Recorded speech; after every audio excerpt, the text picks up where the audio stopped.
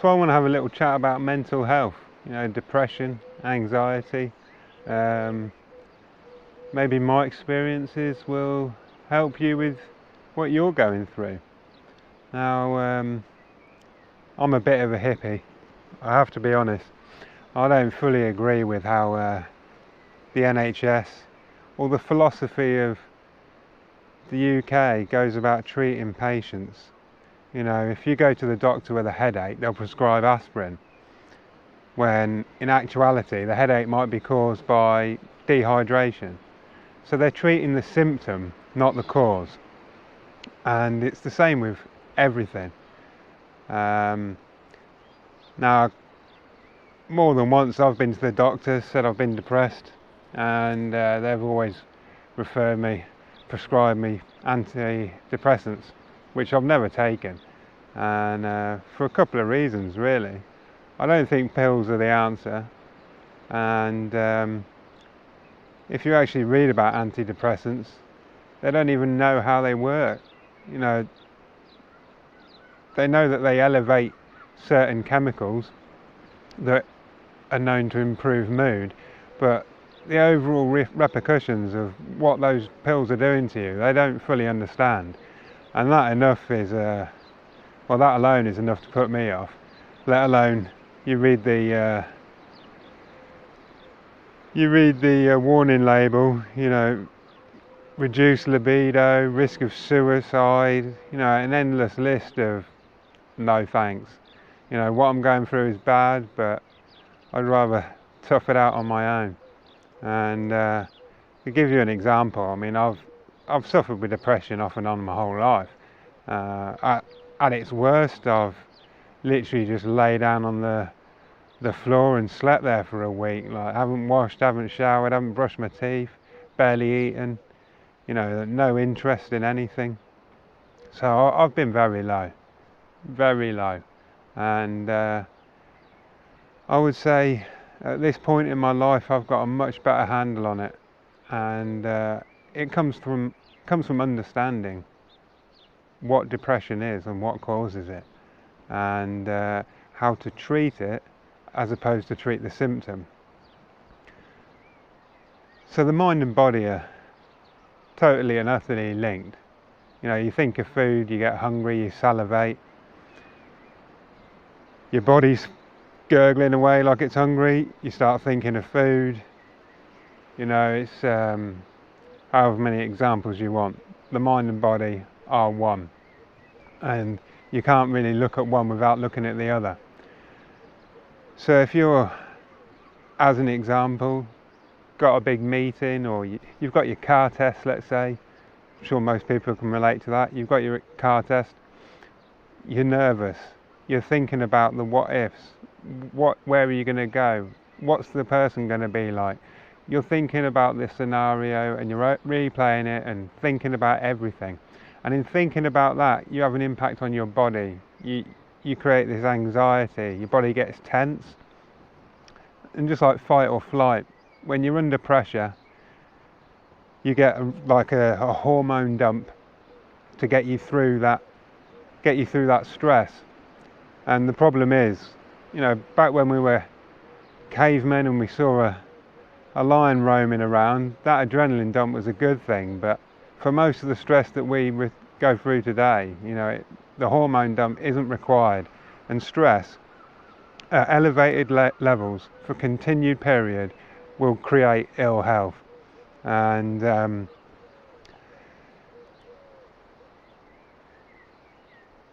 depression is very much a symptom of thinking negatively, repeatedly and constantly about anything and everything. So the way our mind works as a conscious entity and as a subconscious entity, when you're learning a new task, whether it's walking, riding a bike, you name it, you're consciously involved. You're learning every step of the way. You're fully focused. However, once you've learned to do something and you've mastered it, your subconscious can then take over. And I'm sure we've all experienced driving to work and not getting there and not remembering any of the journey. You know, going for a walk off in your own mind, and you know, you haven't noticed a damn thing on the whole journey. And that's because your subconscious has taken over and allowed you to walk whilst your conscious mind has dwelt on other things. So the subconscious mind is a powerful tool. A lot of us don't know how to use it. Now, the subconscious mind is also a filter. There's so much information exposed to us at any given second, and our conscious mind can't handle all of that data. So the subconscious mind applies a filter. It filters out everything that it deems irrelevant and lets the relevant stuff come through to us. So I'm sure, and again, another example, like you buy a VW Golf like I did, or you know, whatever, you know, an umbrella, a hat, anything. You buy it and all of a sudden you start seeing it everywhere. And it's because the subconscious mind has said, hang on, this is important to him. He's going to let that through the filter. So the subconscious mind will reinforce what you're consciously paying attention to. Now, if you have a shit day and you hate your boss and you hate your job, your subconscious mind will keep on throwing up things that reinforce the way you're feeling. And you're feeling the way you're feeling because of the way you're thinking. It's a vicious circle. So once you're done thinking about how shitty your job is and how much of a dick your boss is and how the people at work haven't got any personality and they put you down and snigger at you behind your back, your subconscious mind will then start looking for other things that you hate. Maybe it's your house, maybe your partner's irritating you, maybe your car isn't up to date, or your phone. There's an endless list of things out of there that your subconscious mind will show you that you don't like.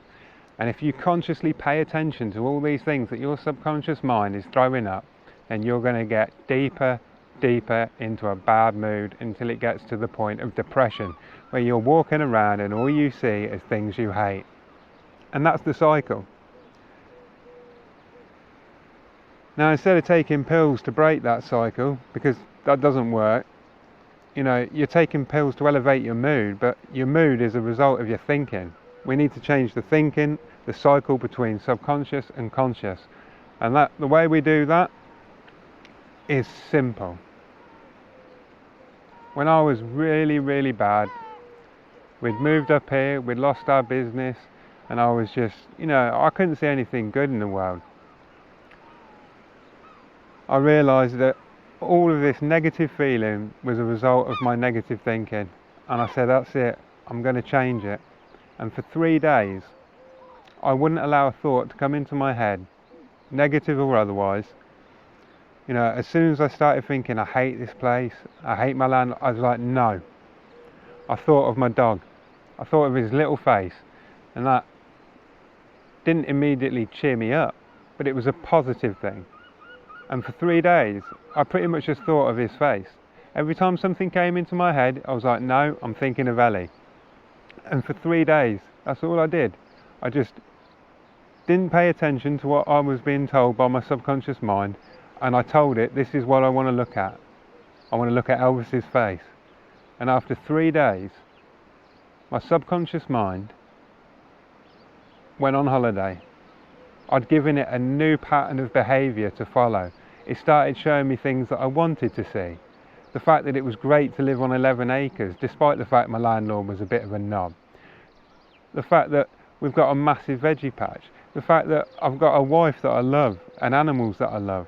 And I just started to see more and more things that I wanted to see. And in doing that, I found my dad's old camera in a drawer. I hadn't used it. I picked it up and I started to learn how to use it. And from that moment, I got a love of photography. I started to learn how to make jewellery. I've still got got one of the pieces on I wear every day. Bit of chainmail jewellery. Marine marine stainless steel and copper. I started to see all these positive things, and my creativity started to blossom again. And sure, some days I'd wake up and it would just be a feeling in the back of my head, like I weren't feeling great, and I'd go back to Elvis's face, that whole principle of do not focus on what you don't want. Focus on what you do want, or what you have, what you like. And it's like smoking. The reason smoking is so hard to quit is because it's a habit. You've consciously told your subconscious that you want to do this. So when you get to a point that consciously you don't want to do it, your subconscious is still saying yes. So it takes a matter of time of not doing something before the subconscious catches up. And that's why we get withdrawals, because you're not in balance, you're fighting yourself. And it really is as simple as that. You have to take control of your mind, and things that can help, and this is why it's always recommended: exercise. You naturally raise your endorphins. It makes you physically feel good and mentally feel good. Just going out for a walk, starting doing the garden. I took up knitting just for something to do in winter. I ended up, after a couple of months, be able to knit this hoodie. So it's like, once you break that cycle of negative thinking, you'll start seeing things that you never saw before, and it is simple. It's very simple. It might not be easy, but it is simple, and it's just a matter of knowing that no matter how bad you're feeling right now, it can all change in a heartbeat. Me and Sarah, both quite quiet people, fairly low self-confidence. I mean, there's no way I thought I'd be going on YouTube making a channel, and yet here I am. It's just, as you break out of that cycle of negative thinking and concentrate on the positive, anything is possible. And it's I just wanted to share with everybody my thoughts on depression, that it is curable, that it is treatable, and it's not a matter of sticking your head in the sand and taking antidepressants like the doctors want. It's just a matter of changing your thinking, and doing yoga, meditation. All these things help, but you don't even have to do that. You just have to think of something that you like my dog's face. That was it. 3 days, all I did was concentrate on my dog's face. And I came to this from a doctor, and I read about the work that he does, and I think one of his examples, someone's husband committed suicide, and she just kept reliving that day for 2 years, until that she was in a wheelchair, just physically breaking down, because mentally she'd broken down. And once she decided that enough was enough, she started focusing on doing some activities. Little by little, her physical health improved as her mental health improved. And I think all you have to do is take charge. Don't accept how you're feeling right now is how you're going to feel for the rest of your life. Just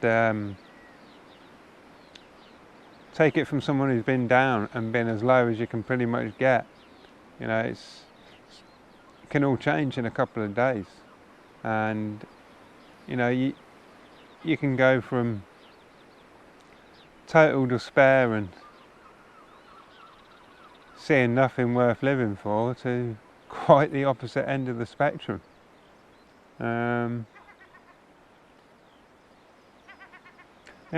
I mean, I hope this sort of helps somebody out there, at the very least. It's mental health isn't really dealt with how it should be, and I don't think our way of treating it is right by any means. iHeart are a organisation that my dad's done training with, and their philosophy is very much that your thinking creates the feeling. The thinking comes first, and that creates how you're feeling. And if you learn to, not say control your thinking, but be mindful of it. If you get cut up by someone on the road, it's so easy to get road rage, but like Buddha said, getting angry at someone's like picking up a hot coal to throw at them. It's you that gets burnt. It's easy to flip out and chase someone down the road, but the better solution is just to take a deep breath and say, you know what, there's another dick in the world, it ain't affecting me. It's their life. Just chill. Take things with a pinch of salt. Take a deep breath and carry on with what you're doing. Don't worry about other people. So yeah, that's my pearls of wisdom for today. Hope it helps. Cheers.